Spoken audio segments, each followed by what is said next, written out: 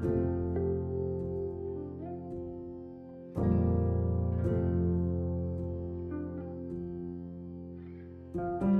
I'm Brooke Teller. I'm the district science coordinator, and I was a co-author of our RREV application. I'm Katie West, and I'm the experiential learning and environmental literacy coordinator. The voice you are about to hear is that of Nika Grace. The wind was blowing pretty strong when Nika started to introduce herself. So providing this, and Nika will continue. I go by Nika, and I'm the environmental literacy teacher at Ocean and Easton Elementary Schools. Natasha Vandergriff-Martinez. Who is also an environmental literacy teacher.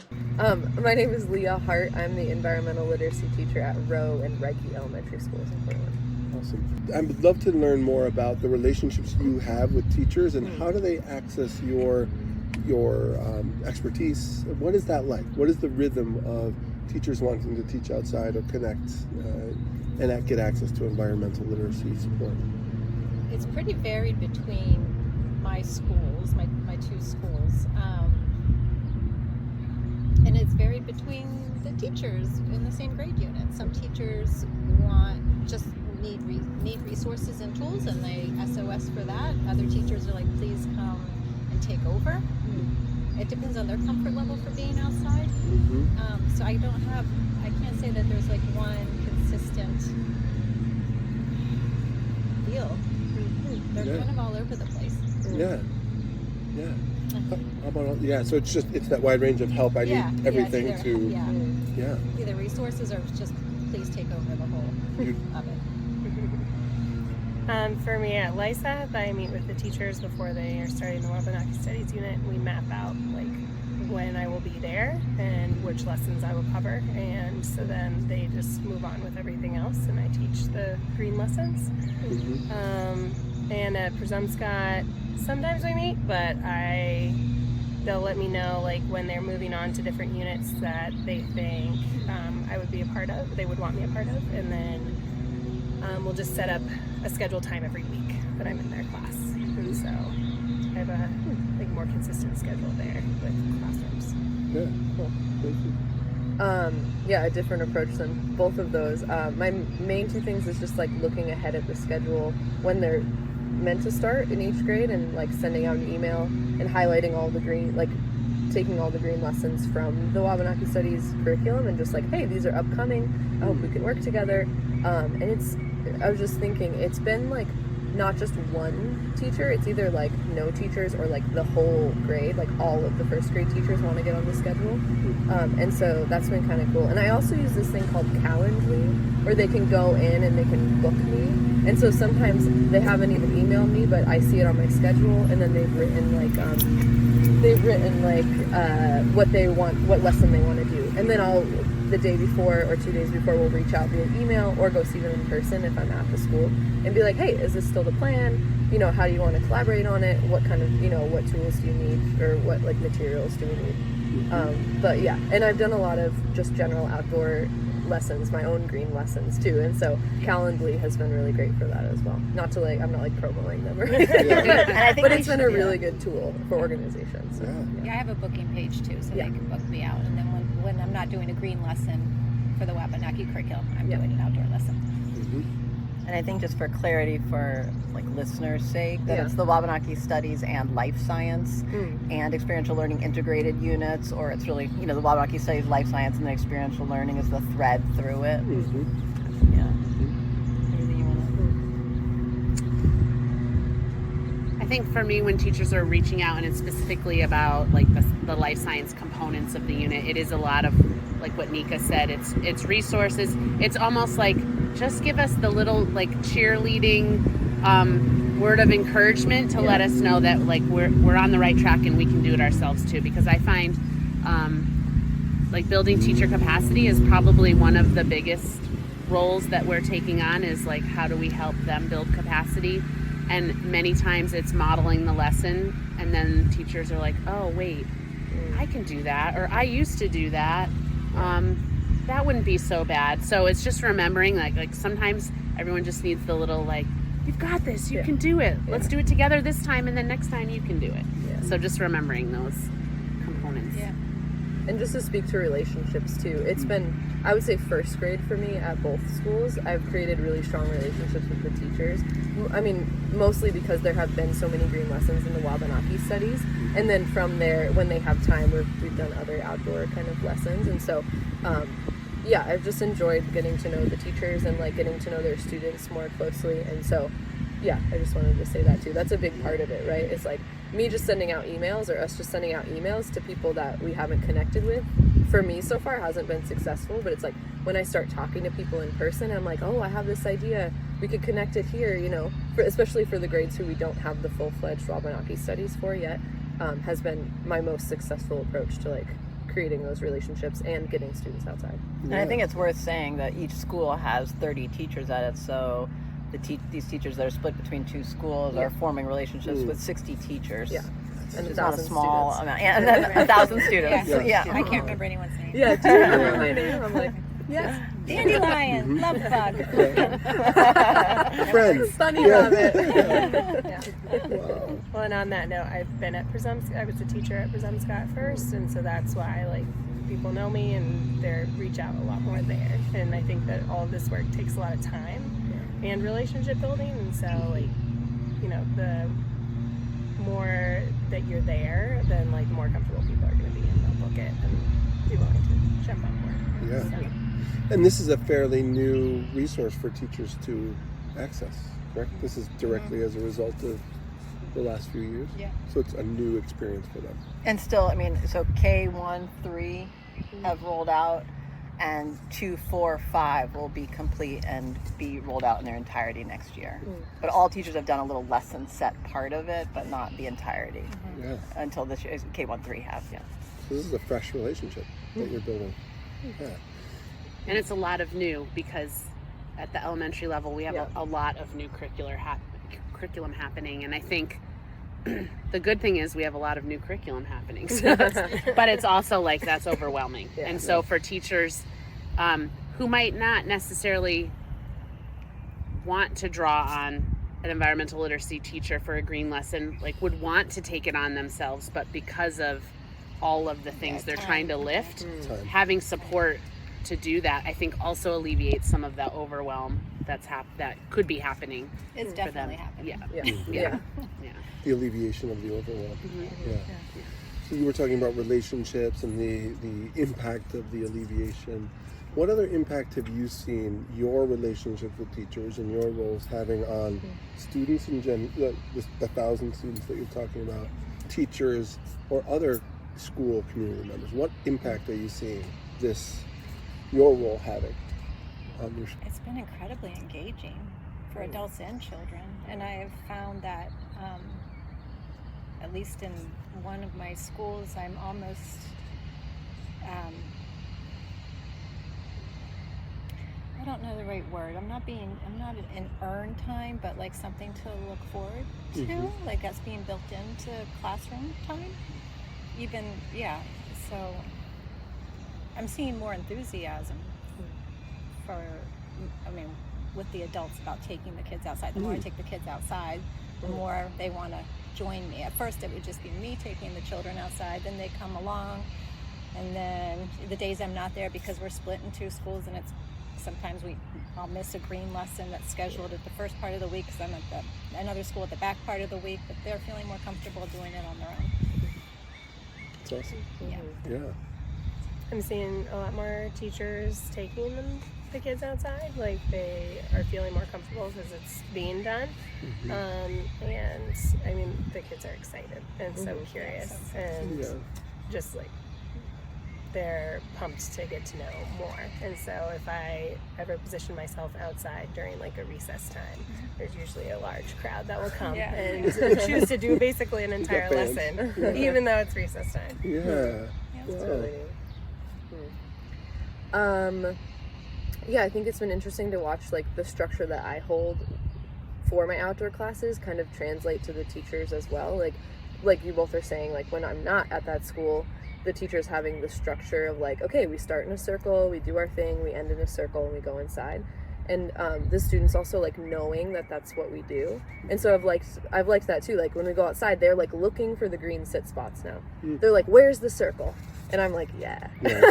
You know, they see it and they bolt and they sit down at the circle. And so they know like the feeling of getting to explore. Most of the classes, both the Wabanaki studies, green lessons, and the outdoor classes that I lead from my previous experience being an outdoor educator, have that curiosity component like in the middle part of it. So we're using science tools, we're going on scavenger hunts, and so like they've learned the structure, both the teachers and the students, of like starting together, we have some time to explore, coming back together and sharing. And so I think like we talk about circles, like a couple of times we've talked about them. It feels like that's more like fluent in the teachers that I've been working with, at least. It's kind of cool. Yeah. I think that highlights the transition we've made as a district from coming back to school from COVID, when I was the interim outdoor learning coordinator, and it was really all about like, how do we just be outside for class? Not using the outside to do any learning about what we're seeing outside, but how do we create those and teachers were not comfortable and so the fact now that students see green spots in a circle, they know what to do. So like it's just showing that over time we can build those routines and structures that make everyone feel safer and more successful when they bring students outside. And that's a huge transition from where we were 3 years ago, coming back into the buildings and sitting outside of the buildings in the fall of 2020. And just to piggyback off that, I feel, especially at Reiki, that there is like a sense of safety. Like once I've done a few classes with the students, because there are a lot of students that have past trauma and things that make them not want to be outside. They're not comfortable being outside. But once we like start putting the curiosity into it and give them a chance to just be, and like there's no rush. That's one of my expectations, is like we go slow, like we have time, like just to create that feeling of like, okay, we're outside, we're not at recess, we get to learn. And like, you can do this, you're like safe in this space. And so that's been interesting to watch, especially at Reiki. I think watching all of you work, one thing I've really learned so much is like, we think so much about meeting the students where they are, but this process, it's also been so much about meeting the teachers where they are. And like, I love hearing what you just said about the green circles, because that was kind of what I was envisioning when we got them, because it's like, you know, teachers are very used to classrooms, and there's not really much in pre-service. There's starting to be more and more about teaching outside of those walls.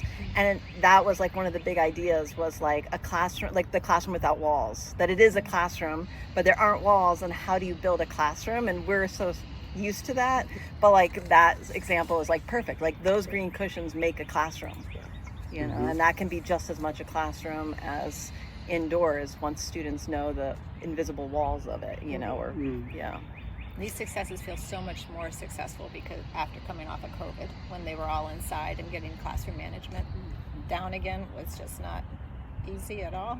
So it's been a huge lift to get them outside in any type of organized and structured way, but still let them be kids. They'd much rather learn to sit and learn outside than inside. I mean, there's definitely the intersection of trauma and outdoor education, which has been a learning curve for me. You know, not all kids are comfortable on forest walks, but yeah, I've seen some real progress in the last couple of years.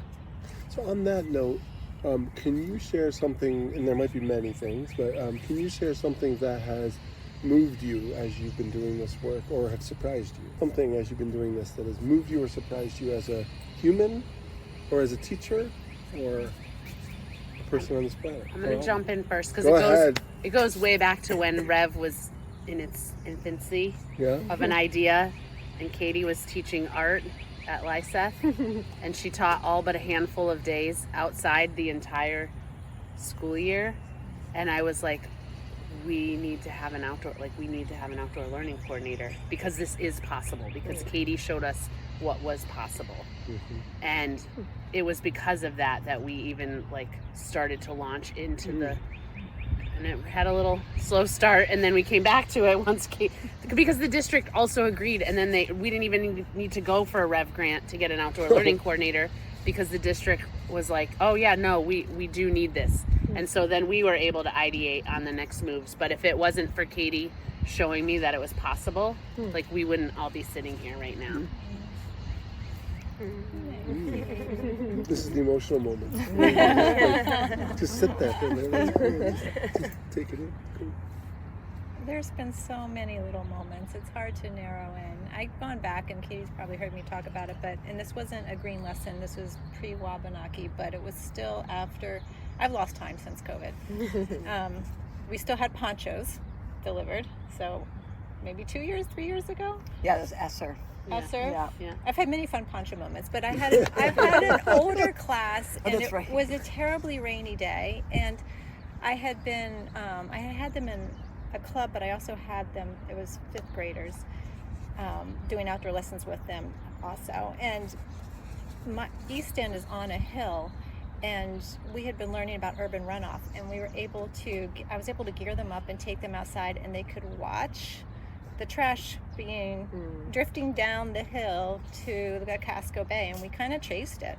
We just kind of chased the trash down towards where the wastewater treatment facility plant was. I had permission in Milwaukee, but it was just it's like, oh my gosh, they could see it then. And just after that, they wanted to do more recycling in the building. Like it just sparked. And then birds is another thing. They loved when I started birding with them. Now they're all about birds, and like we need bird strikes, and we need this, and we have a whole little bird cemetery going in the garden.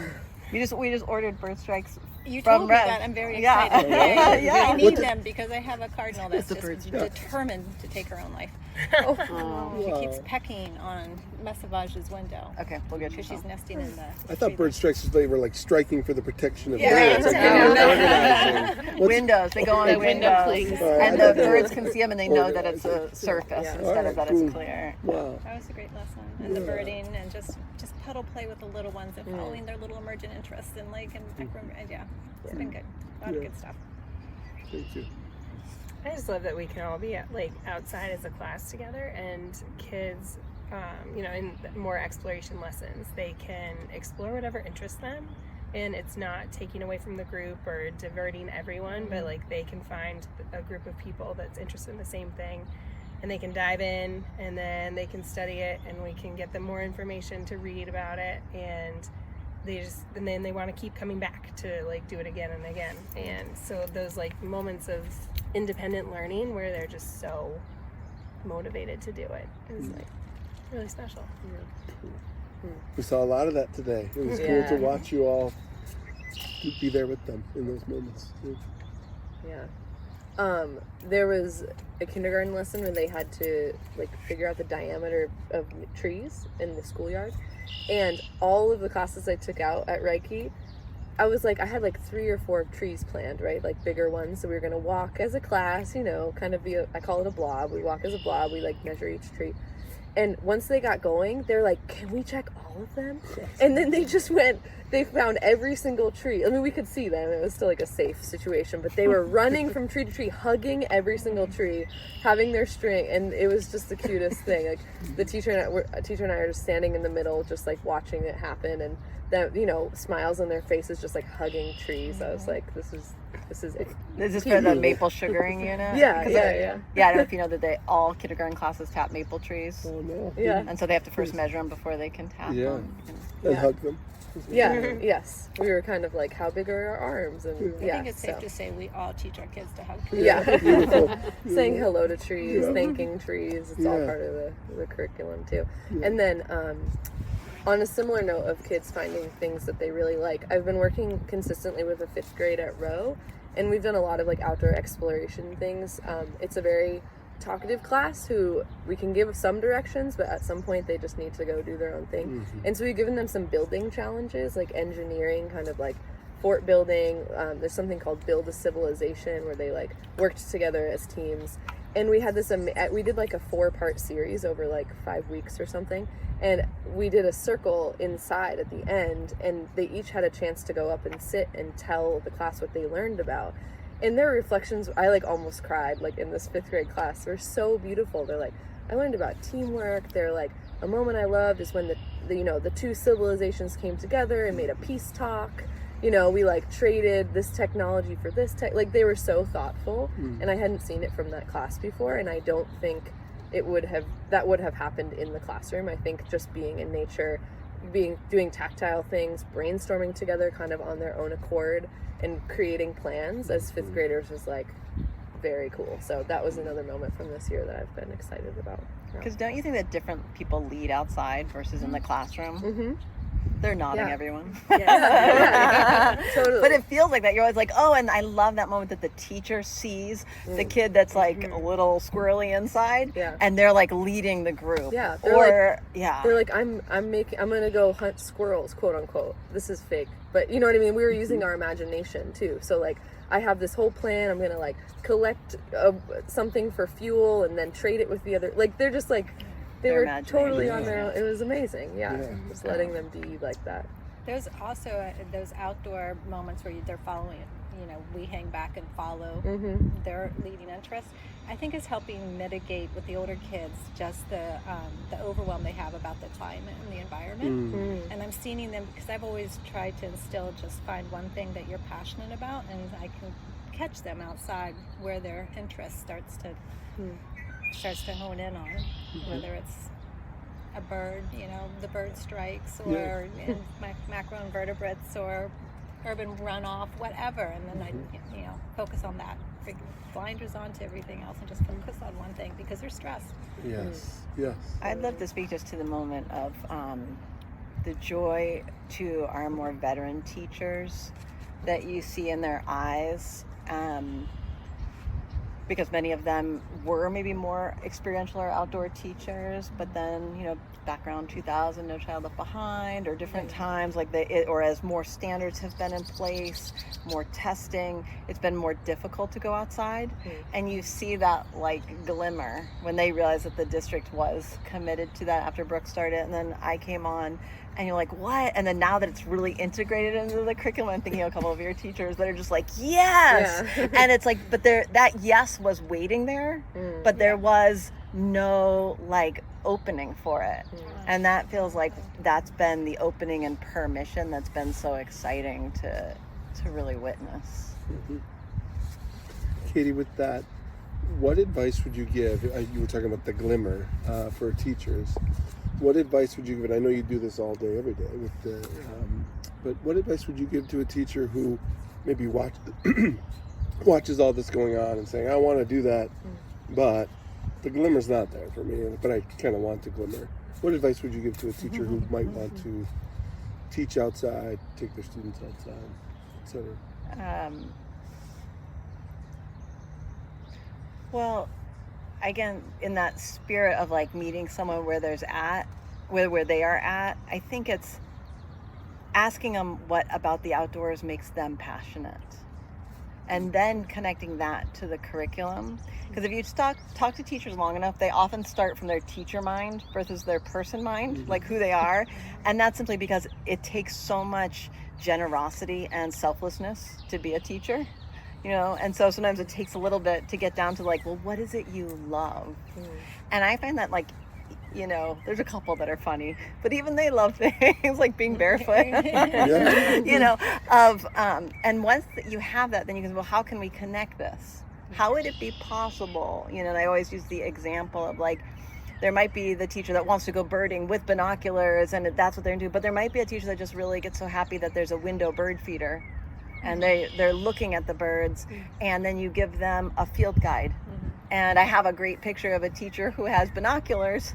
Students are looking through binoculars in the classroom to the window bird feeder, you know, and that's the start. And so when you, I think the word glimmer is a perfect glimmer. We're not looking for the full-blown bonfire, you know, we're looking for a glimmer in the teacher, because I believe in teachers that when teachers feel the glimmer, they will naturally want to give it to their students if they're given allowance and permission and a little space or time in the day. And so I think our role has been, and Brooke has been, you know, she was really the leader of this work starting, of helping open the way for that glimmer to take birth. And one of the things I really like about what you all have done with the Wabanaki studies is that a lot of those lessons are pretty straightforward. And so it gives, like, once they take the leap of like trusting that we can lead one of the classes with their students and them, almost every time they leave, we're like, wow, that was amazing. Like watching the kids' eyes light up, and like, because so many, I mean, all of our teachers are like, so they just want the best for their students, right? Like their hearts are so in it. And so I feel like a few times reluctant teachers, and then once we're out there and they're watching it happen, it's like, wow. Yeah. So just get them out there. Get them out there. Get them out there and also let them follow their passion. I think like it's okay if it's not, if at first it's not totally curricular aligned, like maybe a teacher's into, I don't know, can you think of anything like worms or I don't know, something. Permaculture, right? Like you're like, okay, well what can we, our roles can be like, what can we do to make that possible?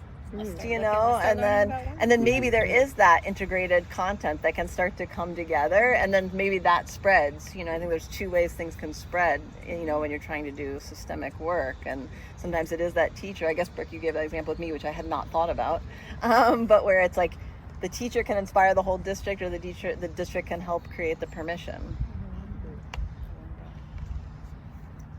Other thoughts about advice to reluctant teachers or non-glimmering teachers? I honestly, the teachers that I know, and I know one school way better than the other, it comes down to time. They just don't feel like they have the time. So if you can give them the time, create the window, then the glimmer comes back. Because that's what I hear, is just there's no time. Classroom behavior management is the other part of that. But it's not from a lack of, it's not that they don't want to. I mean, they want to get outside too, even in the winter. Yeah. It's just about time. Yeah.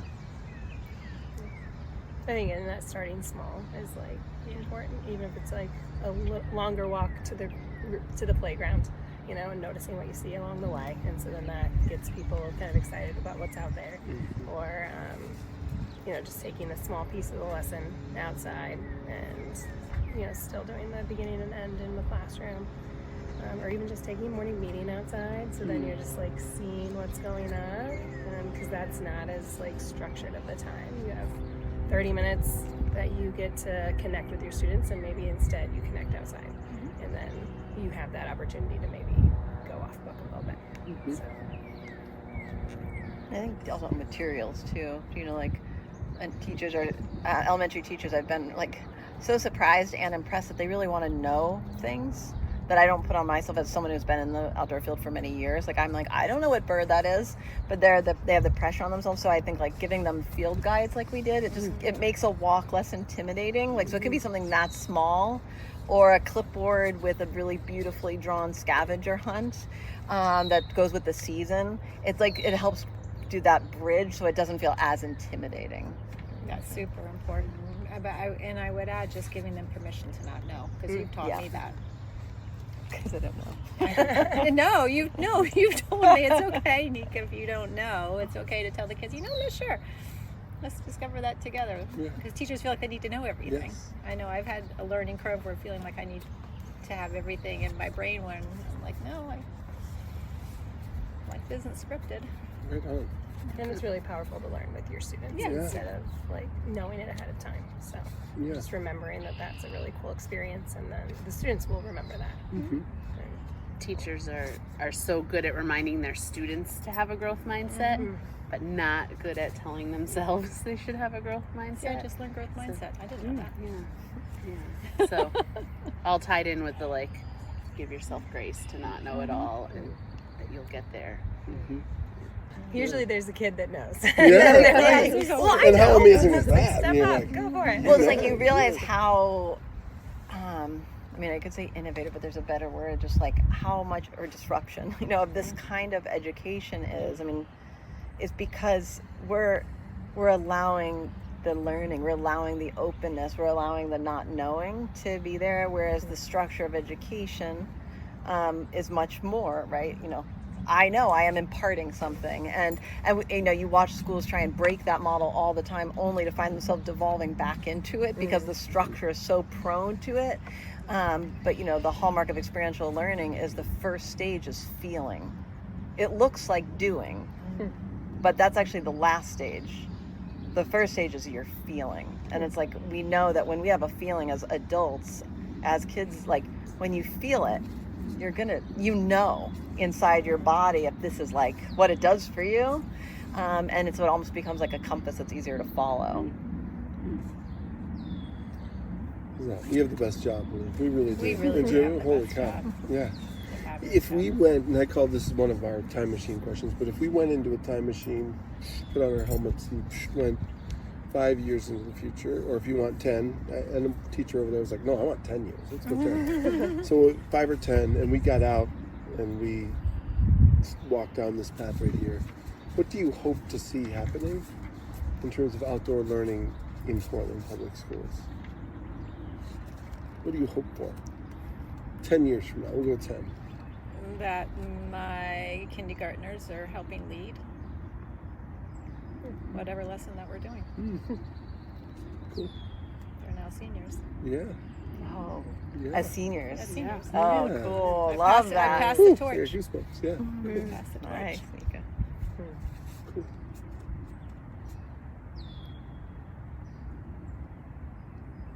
That you can feel it's a part of the fabric of their years, now that we have Nika seniors leading, but that it's so woven into the fabric that it's like you're inside a tapestry that you're held inside of, instead of like, oh, it's something we're doing, but we're inside a movement together. And you can see that everywhere, from the seniors that have come back to lead it, the teachers that have now done it for 10 years and are just like, oh, and then special little innovations that people have contributed along the way. And so it's like that, something that's like like an old tree, that's an older tree and mature, but then it blooms anew every spring. So you would see that, that kind of combination of elements.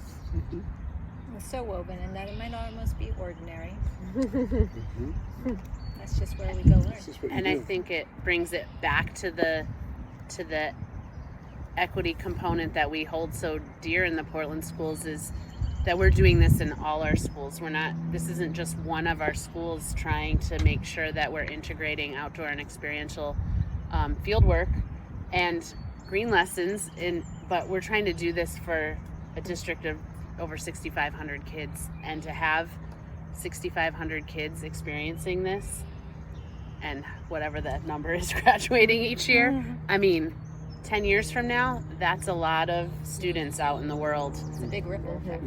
Yeah. And I would hope there would be a bigger demand for space, like the schoolyards would be bigger, and like there would be, it would be utilized all day throughout the year, and like there would be like a section instead, like, so your outdoor classroom, because it's so utilized that you like kind of have like a spot that you're like, oh, your class is gonna go. Like, this is the first grade outdoor classroom. Instead of like the trailers at COVID, we have the defined grade level. The outside Yeah, so class, it's just it's high demand. Everyone's doing it. I like Nika, I like what you all said. I guess there's this, what I like about Row is that there's some like physical evidence that there have been outdoor classes there in the past. There was like an outdoor art teacher. And so I would like to see more of that, like more art from students, like created spaces, like maybe there's a building project, maybe there's more bird houses, just like the physical proof that the students have been like engaging with the schoolyard and adding their touch to it, and maybe creating spots that they all really love, like finding, we do a lot of sit spots, so like they take the cushions and find a spot that they like. And so I would love to walk into the school in 5 years and the students be like, Miss Hart, like, can I tell you about my sit spot? Like, this plant has been changing over the year, or last year I saw, it grew taller than it's grown this year at this point, or something like that. Just like an increased knowledge in noticing what is happening around them in the natural world. Yeah. And I'd love to see the schools put more murals in that have some like phenology and science kind of integration, and Wabanaki and indigenous knowledge in them too. Just like reminders around our physical spaces that this is part of like what the school stands for and what the district stands for. Oh, Leah, I think you just hit it. You said phenology, and I was like, yes. I would love to walk into every school, and there's a big phenology calendar So it's like the month is on the wall, like a life-size calendar of like, this is, so it's May and it's a fresh, blank. And then kids put sticky notes or things like, oh, this is when I saw the first red-winged blackbird, or this is when this has happened. And then every month they see that. And then, because we had this, with Rev, we bought these picture frames that you could take pictures on your schoolyard and then send them around the district, and right next to that would be pictures from all around the district of what's happening in that May. So we're connecting all the students so they know they're a part of something. So that's, and with you, I would be so thrilled. It'd be even cool for students of the same grade to write pen pal letters about what's happening in their schoolyard to each other. Yeah, just made me think of that. Because I think it's so much about the building relationship. It's not about going outside, but each other's schools. Right, but relating to the outdoors and seeing the outdoors or earth as a being to relate to, and I think that's what I've watched you all do. It's just the kids aren't going outside. They're in relationship with each other, with the surroundings, with the seasons, and it's just been amazing to watch that change in the student body and the teachers. And you can all do all those things right now, right? Let's start the murals. I got one coming in. Cool. We've got it all recorded, so we'll check back in 10 years. We'll be back. And I think one thing that's important, just for any, like you said, we're asking about teachers, but district, I think, particularly with the field work, or when something is shared among schools in a district, it creates a shared narrative. And that kind of goes back to that, like, you're all in something together, whereas we always want to support autonomy and agency to do whatever you want. But in a time going forward where there's going to be ecological and climatological changes, how beautiful it is that people feel like they're doing something together. And so, like, for us, our field work is one thing, the green lessons are another. Where all the kids, and so even if they move between schools because their family moves, they all are like, oh, but I went to Audubon and did that field work last year, and then and so that there's a way that you create that shared story that I really think adds to belonging. And that's what ecosystems are all about. Yeah. So autonomous tree would be a dangerous thing. Last question. Is there anything you want to make sure to tell us that we haven't asked you about yet, based on your experience?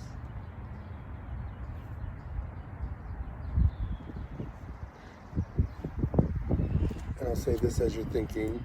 You will have access to anything that we create before it goes out. So if you're thinking, like, I'm not going to say that because, I think our superintendent here, but you'll know. I don't have anything negative to needs to be censored. Say the question again. Just anything. Was it just anything else? Is there anything you want to add to this conversation that we haven't asked you about in relation to this? Or I was just going to say we could do the 3-word thing or the name thing too, as a closer. Let's do either. What do you? Let's give us all of it as an option. We'll answer one way somehow. That's this group. So something we've asked pre-K kiddos through high school and then teachers is like 3 words that you would use to describe outdoor learning, and then we'll share some of the things we heard the little kids say. So that's one, and then one of the visions is sharing this with Commissioner Pendermankin, the names of kids impacted by REV and the work that you all are doing. So not like, Stephanie C, who lives at 15 Mary Lane, but like Stephanie, Ethan, like the kids that you're like, this really impacted them, this mattered for them, and we're just gonna have the running names from all of the schools de-identified, like not like this is a Portland kid on this day, when Reiki is here, but just so we can say like these are the names shared with us that came to the minds of the educators. So many names. Yeah. What do you prefer? Which would you rather? What if we all do 5 from each school? I'm gonna do both questions. Okay. Awesome. Heart-centered, engaging, grounding. Matter, Bia, Asa, Sophia. I'm spacing on his name. Off the top. Oh, I call him Nature Boy. I can't remember his name for the life of me. In Bergman's class. We'll come back to you. We'll come back. Yeah, someone else can go. Nature Boy School. Nature boy. We sort of were joking at our opening at Row at the beginning of the year in August about joy. I came up with these 3 words, but they still feel relevant. Joy, curiosity, and grounded presence, which is hyphenated. Yeah. That was going to be our slogan. Yeah, and I'll just give 5 from each school. Jelfi, Chloe, Sergio, Enrique, and I was thinking of first graders mostly because I saw them all today. Salma. And then I guess it doesn't matter where they're from. But, I have to see their faces in my head. Yeah, so come back to me. I'm going to think of 5 more from Row. I have some kids. Neymar, Jolson, Alessandra. These were a couple years. And then, did I say Sifa? She was there today. Yes. I taught her. Yeah.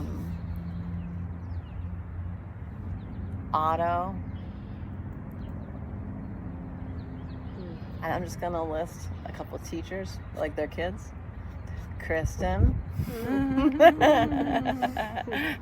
And Emily, Allison, Claudia. Okay. So hard. I feel like I could list a million, but Daniel, Heidi, Hassan, Grace. I'm trying to run through faces in my head. Yeah, it's hard. It is hard. Uhudi. And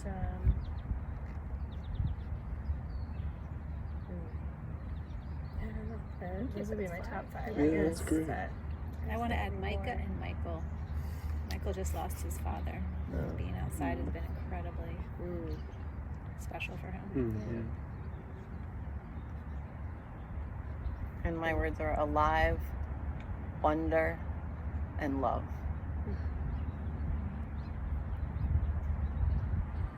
I think that's the mic drop moment.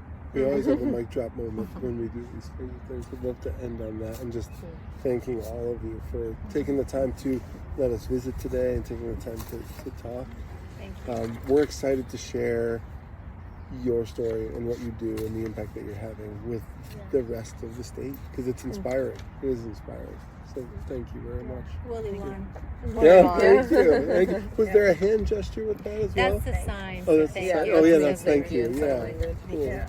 Well, You sign? Up to Or Up they to, are- No, that's yeah. just No, that's just a gesture for them. but can I and say, Thank you. I just want to say one other thing. I'm Yeah. not sure if I told you this yet, but I have a first grader that was here today, and he, in his teacher appreciation note last week to his teacher, he was thanking her for taking him outside and for teaching him Wabanaki studies. They love And Wabanaki. he also was like, could not be sick when they were doing Wabanaki studies or any science experiments. He couldn't. Yeah. The rev He was point like, is the I- attendance. No, he really does. He was like, Mom, I need extra vitamins. If anyone got sick in our house, he'd be like, I'm taking extra vitamin C today because I cannot be sick. We are doing Wabanaki studies, or we are doing this. The And I was kids like, are okay. so excited Oh. when So they- school starts back up. Love it. Yeah. Absolutely. That's They been really do. that was one of the points is that attendance would change Yeah. if kids got to engage with the world around them. Well, and my third grader's the same thing, and the field study in the fall was on her birthday, and it was like the highlight of her year. She still talks about it. So it's like big Some of moments, these- but they're excited and they want to be there. They want to learn about it. Some of these kids, the only outside time they get is at school. Yeah. When they get home, even though they're at the elementary age, they're taking care of younger siblings while their parents are off working, and they have to stay inside for safety reasons. So just giving them an extra opportunity to engage in nature and not on a city block is huge. And thank you to you all. Thank you. I mean, I know I've sprinkled that throughout the day, but I mean, I really can't speak to it enough. That to be able to function within the system, yet with a certain limited amount of autonomy because of the funds, made things that in a geological or glacial time frame of how public education and larger systems have to work, we were able to work more like our animal friends that are able to slither, move, crawl, and dig, and fly. And I really attribute that so much to the brilliance of this program that wasn't only state saying, okay, here's what we're going to do with this money. Everyone's going to do this, and instead you put it in the hands, and then it was our jobs. You know, I think, and I've watched so many RREV awardees do this, put it in the hands of their people. And I think that was pretty, I'm going to talk about innovative. I think it was bold, courageous, and innovative of you all. Thank you. Because we got exactly what we needed for this job.